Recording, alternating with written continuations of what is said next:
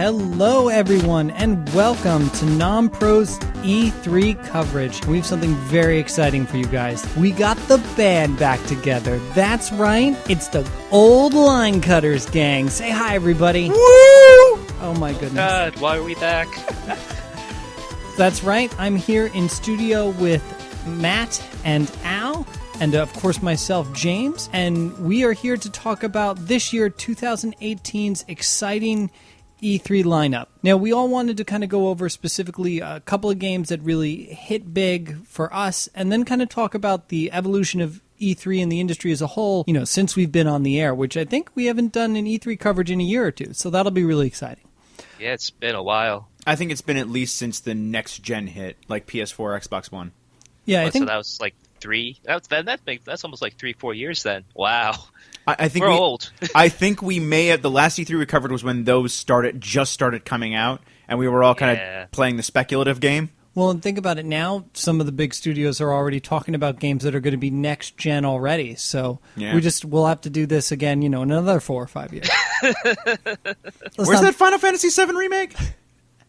Not at E3. Spoiler alert. So I know we had all wanted to talk about the one particular game that really hit home for us this year. And I was hoping Matt could start us off, since it's been a while since we've heard from you, Matt. What was the big game for you out of all the things on the floor, out of all the conferences? What was the one game you were most excited for, and what delivered? Oh my goodness, it's kind of hard to talk about because this E3 was, I thought, unusually. I guess unusually is a bit fair. It was especially fun this year. Usually there's like only one or two things that really stands out for me, but this year there's a whole bunch of things. But if there's one thing that really stood out for me was at the Sony conference, the first gameplay demonstration for The Last of Us 2. Man, I am so excited for The Last of Us 2. I don't think there's a game I have played that has been so impactful on me since The Last of Us. So to get this look and gameplay for the sequel just was amazing. Yeah, absolutely. I mean, I also love The Last of Us. The narrative was great. The characters was great. If there was one thing I really had an issue with in the first Last of Us game was the combat. It was very stealth-based, and it was kind of built around if you didn't stealth an area, you're kind of screwed because like a straight-up combat was very wonky. But from the gameplay demo of The Last of Us 2, it looks like they really addressed that, and where it had... Well, I guess in this game, in The Last of Us 2, you play as Ellie now instead of Joel. Well, you might be able to play as Joel later, but we don't know about what's going on with him at the moment. But as Ellie, she gets into a whole bunch of fights with, I guess, raiders or other people trying to, like, hunt her down. And she gets right in the thick of things, and there seems to be some kind of, like, new, like, dodge commands that she can use where she avoid melee hits and then counter. Kind of like what they have in the Uncharted game. So it's a bit closer to Uncharted, where it's a more emphasis on straight up fighting, but kind of like that Last of Us, very brutal, very visceral kind of thing, where it's not kind of like popcorn cereal action. It's very dark and almost it's pretty gross. I'll outright say it. Yeah, some of the moves that get pulled off in the trailer, there was not for the squeamish. Hard to watch. Hard to watch. Faint of heart. Yeah, very hard to watch. Well, and I was going to say, I think a lot of stuff we've seen from The Last of Us 2 so far has been really hard to watch. The cinematic trailer we had last year, right? Yep. Was also very hard to watch. And, like you said, most of the fighting moves, I mean, even just from as far as like the blood splattering on the camera, you know, like it's just it's very cinematic, but again, very, very strong. Like it's not, I don't feel like it's supposed to feel, like fun. I feel like it's meant to feel impactful. It's supposed to be very visceral. That's very the word. Visceral. Yeah, definitely. And yeah, I mean, it's not a fun universe. It's not like, unlike Uncharted, it's not like an Indiana Jones kind of action adventure. It's a very brutal world where survival is key.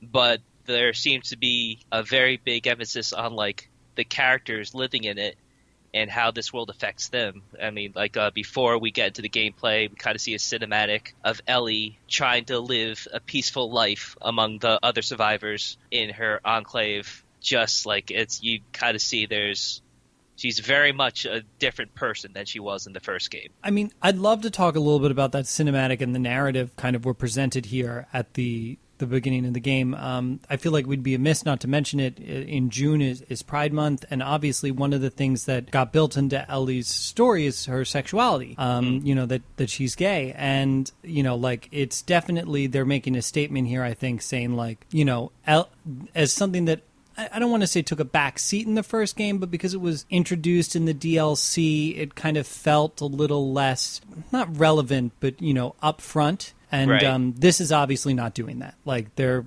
obviously making Ellie and who she is, because she is your character, a huge part of the narrative. And that's awesome. Like, that's super exciting. Absolutely. Yeah, absolutely. It's really cool. She's a main character. She has a romantic interest, it looks like.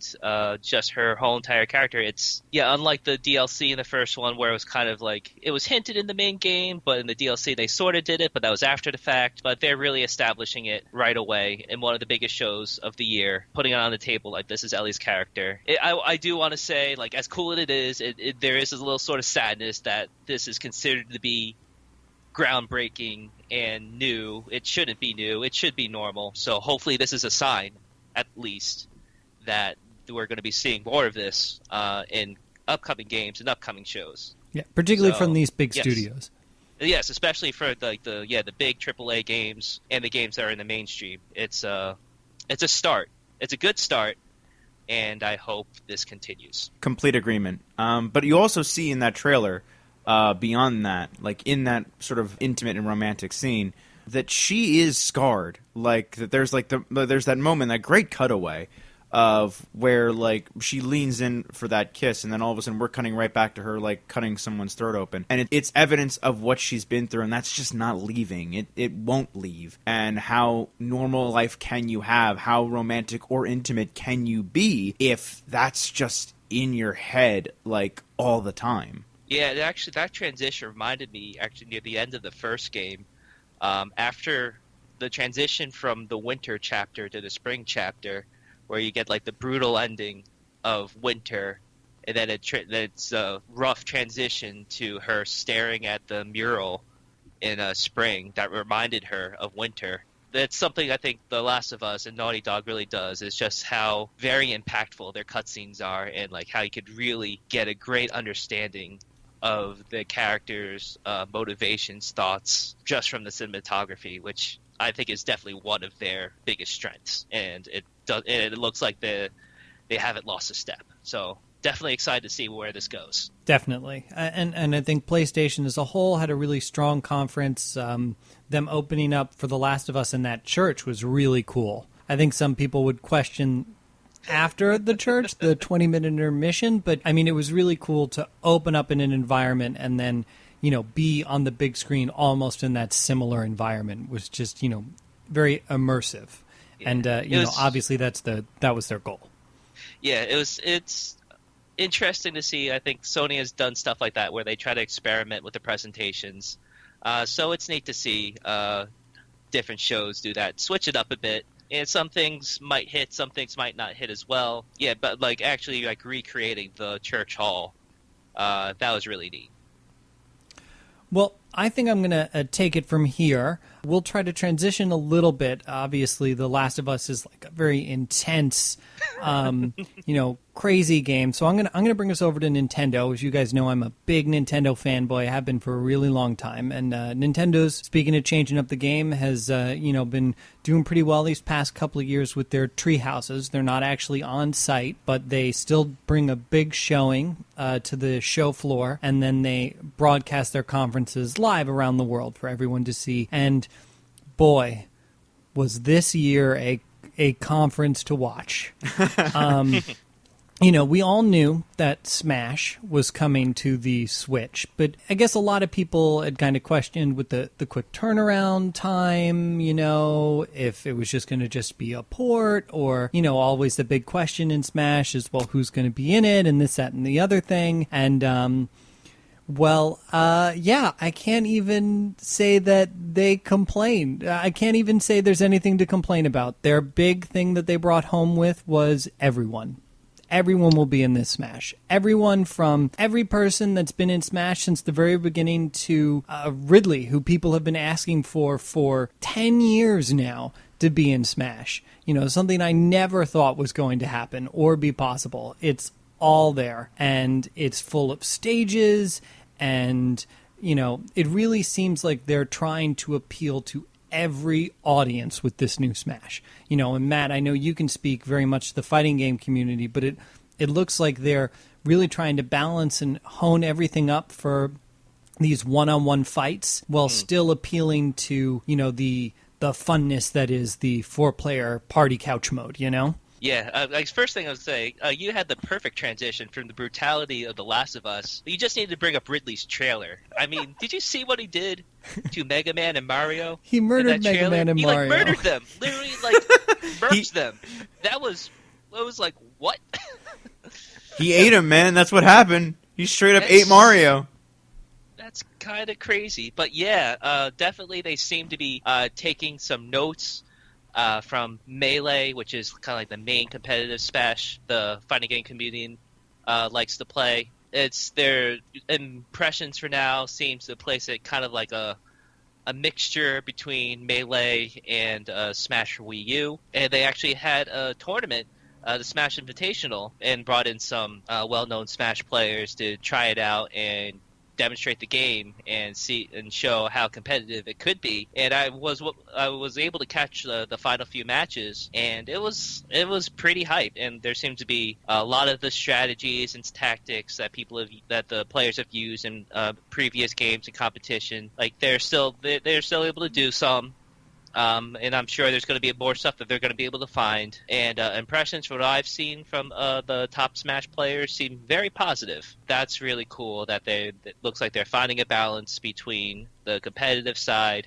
Another example is that they're giving every stage a Battlefield version that's kind of like a neutral stage layout that doesn't favor one or the other, but is varied enough where you can play different, like a variety of different characters.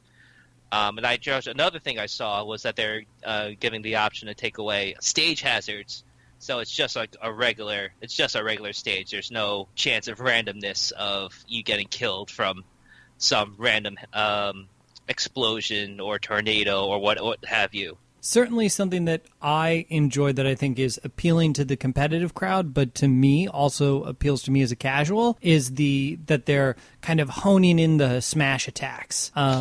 So the idea is that some of these smash attacks were very long and very they were little, they're just out there, right? So like there was a big difference in comparison between, you know, like Link's, you know, giant arrow firing as compared to, you know, Fox rolling around for 10 minutes in the Landmaster. I mean, it wasn't 10 minutes, but you get the idea. You know? Yeah. Or the way Sonic flew around the stage. You know, there were just some things that seemed bulky or unnecessary, you know, that even when you were playing like together wasn't like, even in a fun mode, didn't make it as fun. You know, compared to if you were the guy playing Link and you're like, oh well, I hit somebody with an arrow, and then it's like Landmaster drives around for 20 minutes. So I'm super excited about that. I think one of the things I'm honestly most surprised about is that they were even able to get Sakurai out to do this. I mean, I don't know if you remember him doing the press circuit for Smash 4, but this guy seemed done. He seemed really done with this. He was done. It had just been grueling. It had been a long process for him, you know, and then they coax him back in with, all right, well, we want you to do Smash, but we want you to make it better. And by the way, you have to figure out a way to get everyone ever in it. Everyone. Yeah.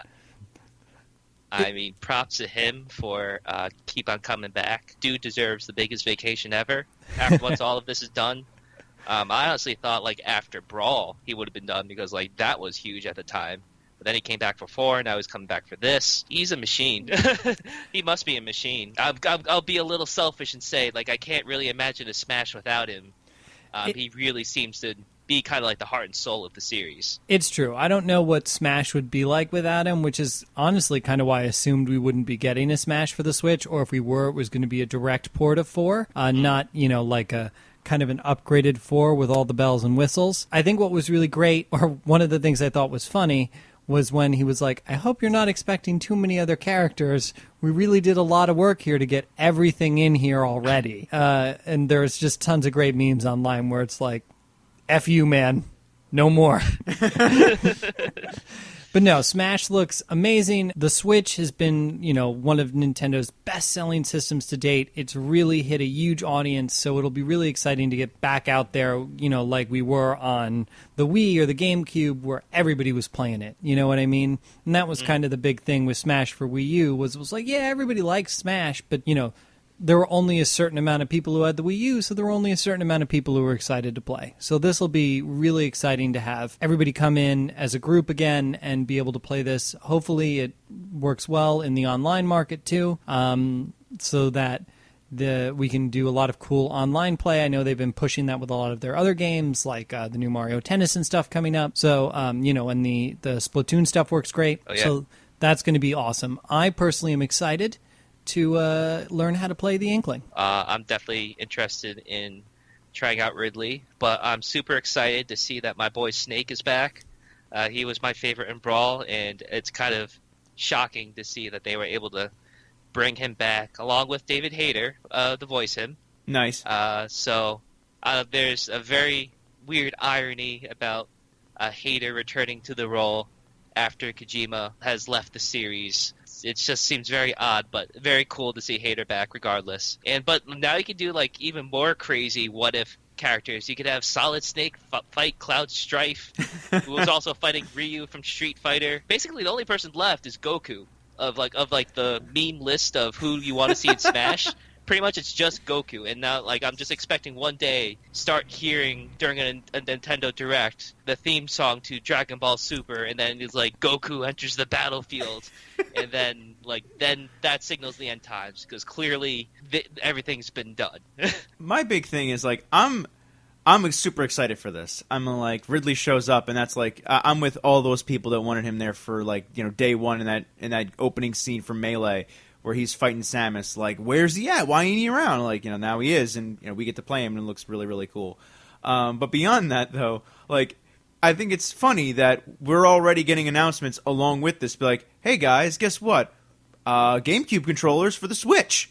So I'm just sitting there, have we not gotten past this yet? Can the fighting game community just not move away from the GameCube controller? Was it that good? It's crazy to me. Yeah, it's apparently key. It's kind of how for Street Fighter everybody needs to play with a fight stick, kind of like an arcade style stick. The GameCube controller is the Smash community's arcade stick. It's just worked out so well for them during Melee. Now I'll be honest, as someone who owns a Switch without a Pro controller, Switch controllers are just fine. They're fine, right? They're not great. So I too am excited to have the controller back. I won't lie to you. It's just exciting. There is something about that insane looking controller that just feels like home. There you go. They're also not going to be particularly expensive. The pre-orders have already popped up online for them, and I think they're $29.99, which bad. As far as controllers these days go, is that's very affordable. A good deal. Yeah, I definitely agree. All right, but moving away from from Smash Brothers, I thought long and hard about the game that I wanted to actually talk about because there were so many that were announced. I mean, you guys talked about some really, really big titles there, and Death Stranding got a new trailer with gameplay revealed, and Devil May Cry is getting a mainline sequel. Yeah. Beyond Good and Evil is getting a sequel apparently as well. Resident Evil 2 remake. All good choices. All of them great choices. But the game that got my fire going the best was probably Monster Boy in the Cursed Kingdom. That's cool. Yeah, which will be released What's for... that? It's going to be released for the Switch and the PS4, and also the Xbox One if memory serves. So it should be all the main platforms. But it's a spiritual successor to one of the best forgotten game series of all time, which was the Wonder Boy franchise, which was Sega's one of their flagship titles that they had. But it was it's about a knight, and he's cursed to turn into different types of creatures, and use that to his advantage to sort of go forth and have adventure and platform, have some somewhat RPG elements to it. And then finally we're getting this kind of almost return to form like back to what that original, like not original, but that cool concept that was in Dragon's Curse of this knight who could turn into like a snake, a dragon, a lion person, like all these cool animal things, and it looks great, and there's all these like little chibi anime cutscenes, and I'm glad it's getting this love again. I'm glad there's some spiritual successor to this franchise and this game that was so good, that is so underrated, and I'm happy someone out there somewhere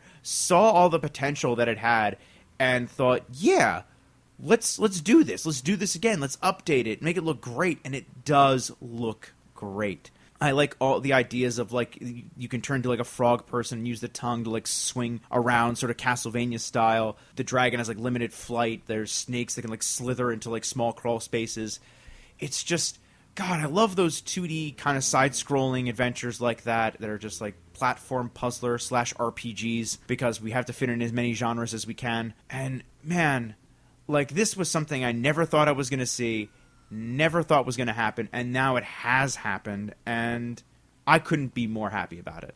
I mean, just as a heads up, I know we're acting all weird like Al's picked some weird game, but this game's getting a pretty big release. It's going to be out for every system when it releases in a few months. It looks like they don't have, it just says 2018, so we don't know when it's going to come out, but it does. It looks really adorable. It looks like a lot of fun. Yeah. And yeah, Al has a point. It's really cool that a lot of these games that you wouldn't expect to show up at E3 are showing up at E3, and it's really cool that to see the evolution of the show and of the video game industry in general, where things come and go, but then they come back, either like direct sequels or spiritual successors like this. That there's always going to be like an audience for this kind of thing, and the fact that like there is one like big enough that where they feel like they can make this game and get like a good amount of people to try it out, that's really cool. And yeah, this like it does look adorable. I like it. Has a very nice, clean and bright look to it. So yeah, I mean, I say bring it on. I'm excited to see where this goes and see what else can come back if this is successful. What are you most excited for about it? Like, what out of the gameplay and the trailers that they showed you make you like most excited, Al? Oh, definitely what I talked about before, which was like being able to change into different animals and creatures thing, because that's been something that's been gone. That was only in that one game, which I think was like the third in the series, and again, for someone to love that game that much, to feel like let's give this another go.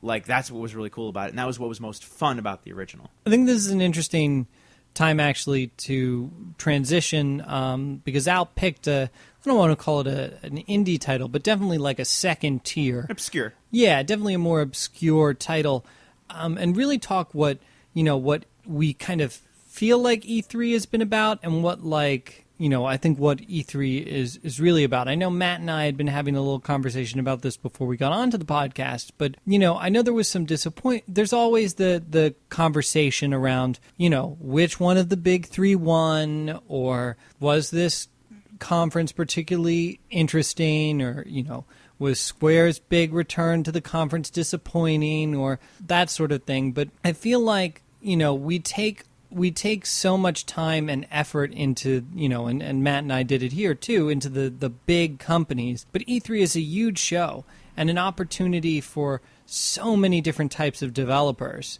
to get to show off their stuff.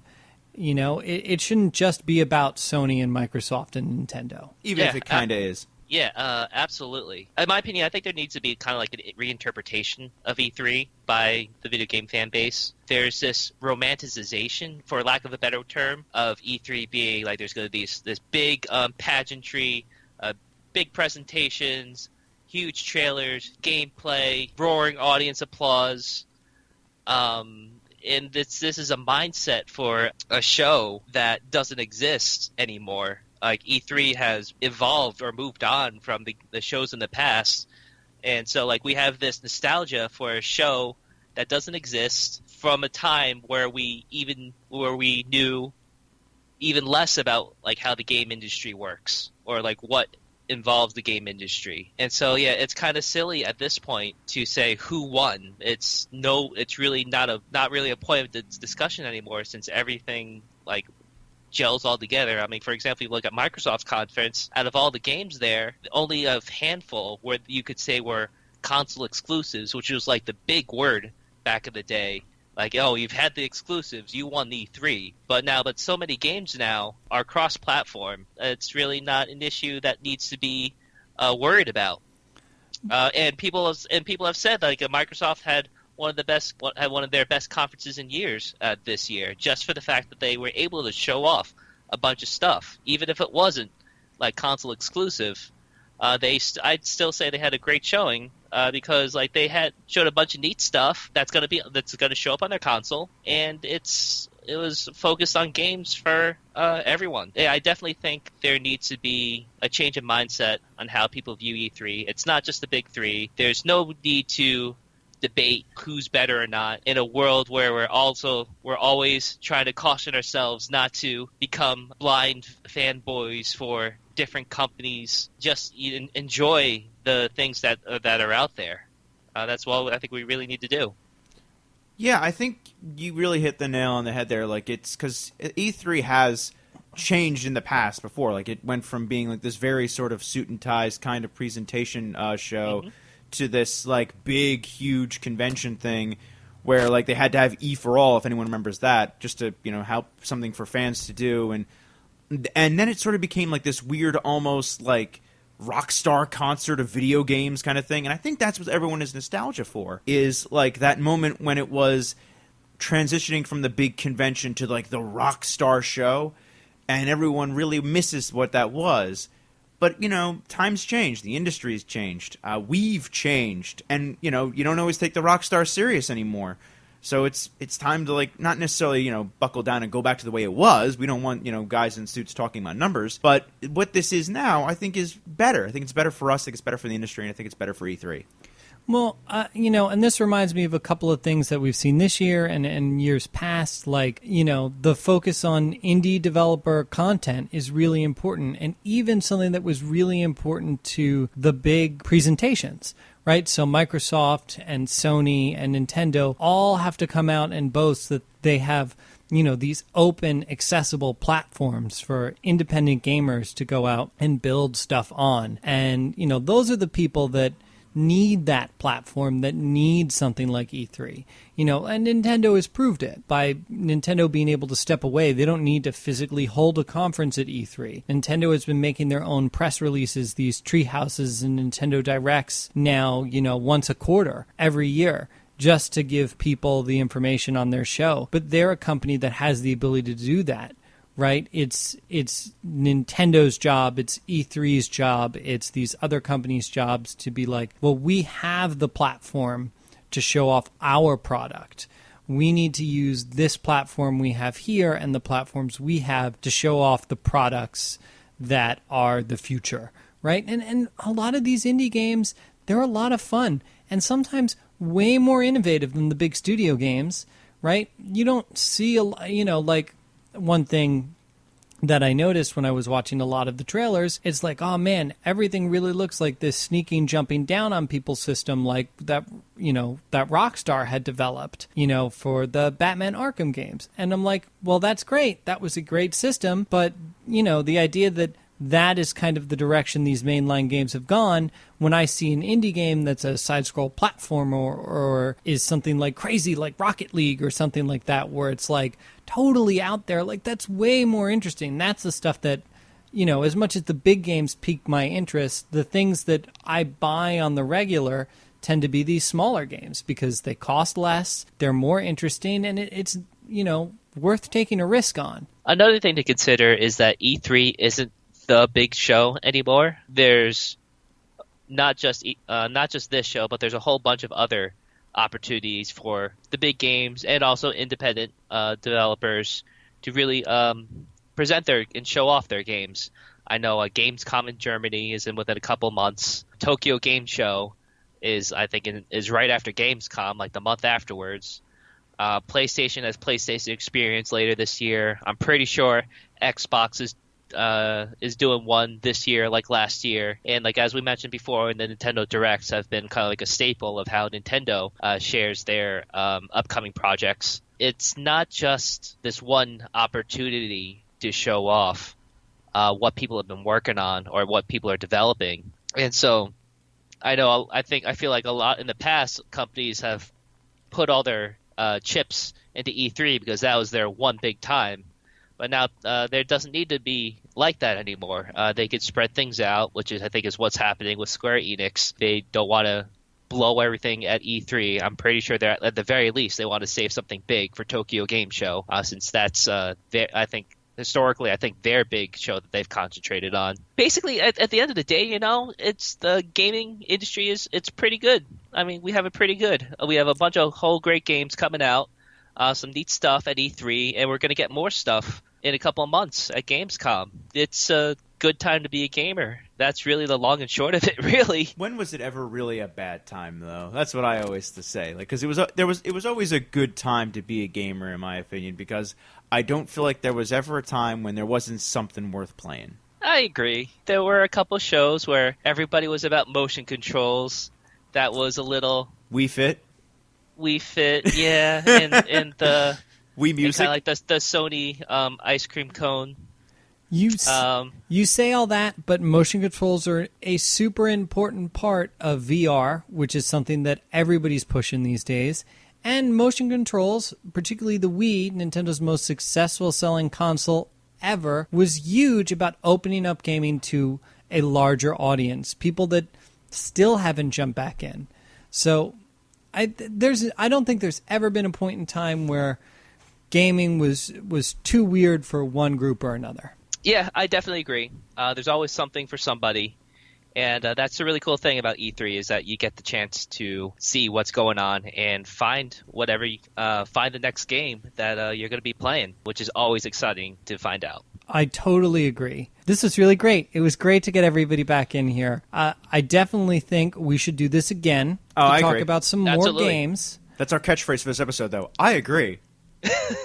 This is what happens when you get old friends back together. Don't worry, we'll be fighting by the next get together. We'll be at each other's throats. We promise, just like old Give times. us 15 minutes after we go off the air. Oh yeah, like let's have me and Matt talk about League of Legends again. That'll be great. So thank you everyone for joining us. I know this was just a quick snippet of kind of what was going on at E3, but continue to follow Non-Productive.com for a lot more coverage. And do your own research. Check everything out yourselves. Find that best indie game. It's going to be a blast, we promise. Good night, everybody.